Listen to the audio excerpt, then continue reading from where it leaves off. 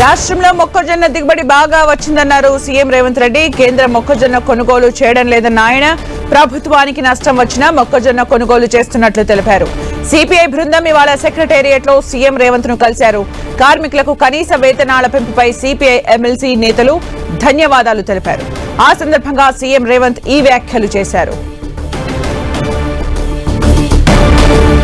ఇక సీఎం రేవంత్ రెడ్డి వ్యాఖ్యలకు సంబంధించి పూర్తి అప్డేట్స్ మా ప్రతినిధి తిరుపతి చారి అందిస్తారు. తిరుపతి చారి.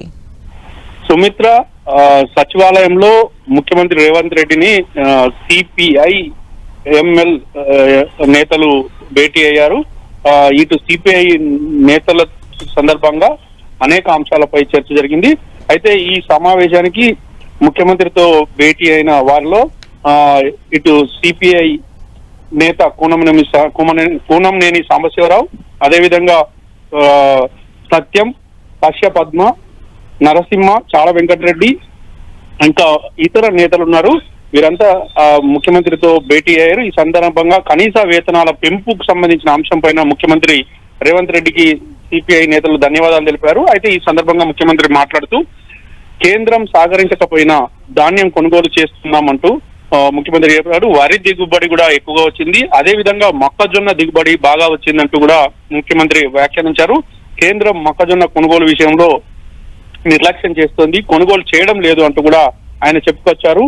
ప్రభుత్వానికి నష్టం వచ్చినా మొక్కజొన్న కొనుగోలు చేస్తామంటూ కూడా ముఖ్యమంత్రి రేవంత్ రెడ్డి ప్రకటించారు.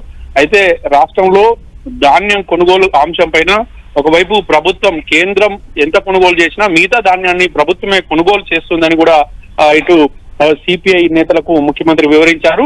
ధాన్యం కొనుగోలు విషయంలో నిర్లక్ష్యం చేసేదే లేదు, ఖచ్చితంగా కొనుగోలు చేస్తాము. అయితే స్టోరేజీ ఇతర సమస్యలు ఉన్నాయి, ఆ సమస్యలన్నింటినీ కూడా పరిష్కరించాలంటూ ఆ సంబంధిత శాఖ మంత్రికి కూడా చెప్పడం జరిగిందని కూడా సిపిఐ నేతలతో చెప్పారు.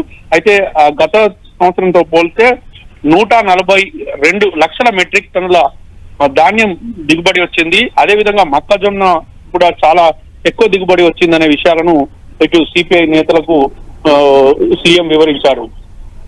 Right, thank you Tirupati Chari for the updates.